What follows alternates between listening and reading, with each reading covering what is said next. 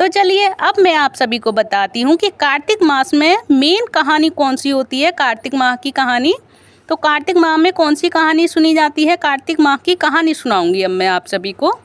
तो चलिए सुनिए, ध्यान से मन लगाकर सुनेंगे कार्तिक माह की कहानी। तो एक जाट था, उसके 7 बेटे थे। उसने अपनी छोटी बहू से कहा कि मैं कार्तिक नहाऊंगा, तो उसकी बहू ने कहा कि नहा लो। वह सवेरे उठती तो धोती और लोटा दे देती। ससुर नहा कर आते तो उसमें से हीरे मोती झड़ते थे। एक दिन जेठानी के बच्चे घर आए तो उन्होंने देखा कि बाबा की धोती में से तो हीरे मोती झड़ते हैं। उन्होंने घर जाकर अपनी माँ से कहा कि बाबा नहा कर आते हैं तो उनकी धोती में से हीरे मोती झड़ते हैं। तो माँ ने कहा कि जा बाबा से कह देना कि बाबा हमारे घर नहा लिया करें। तो बच्चों ने बूढ़े से जाकर घर पे कह दिया कि बूढ़े बाबा हमारे घर पर नहा लिया करो। तो बाबा ने कहा कि ठीक है, अच्छा मैं आपके यहाँ नहा लूँगा। तो सवेरे बूढ़ा उठा तो जेठानी बड़बड़ करने लगी कि सवेरे उठते ही खड़खड़ करनी शुरू कर दी, सोने भी नहीं देता, पैर पटकते झटकते लोटा धोती दे दी। जब बूढ़ा नहा कर बाहर आया तो उसने धोती खूंटी पर लटका दी।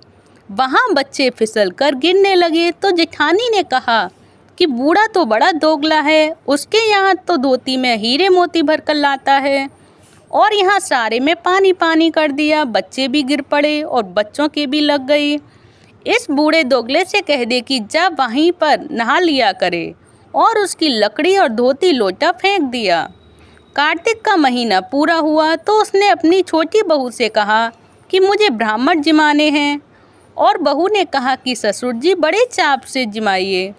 बूढ़ा ब्राह्मणों को न्योता दे आया तो उसने कहा कि मेरा मन है कि बड़े बहू बेटों को भी न्योता दे आता। तो छोटी बहू ने कहा हाँ बाबा ज़रूर दे आइए।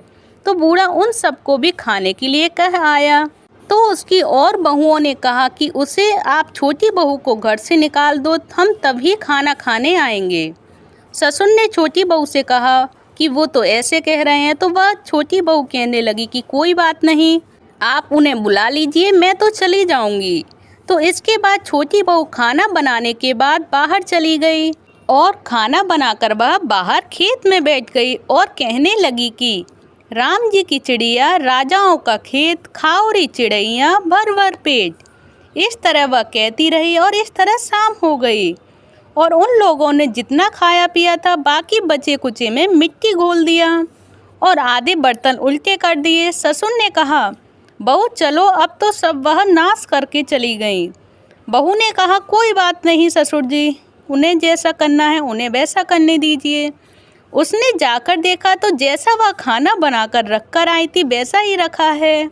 तो बूढ़े ने कहा बहू उन लोगों ने तो तेरी अपनी कन्नी में कोई कसर नहीं छोड़ी, लेकिन ये तो तेरी कन्नी है, जो जैसा था वैसा ही है। तो देखिए ये है कार्तिक माह की महिमा, क्योंकि बहू का अगर मन सच्चा था तो उसके साथ सब कुछ अच्छा हुआ। तो ये है कार्तिक माह की कहानी।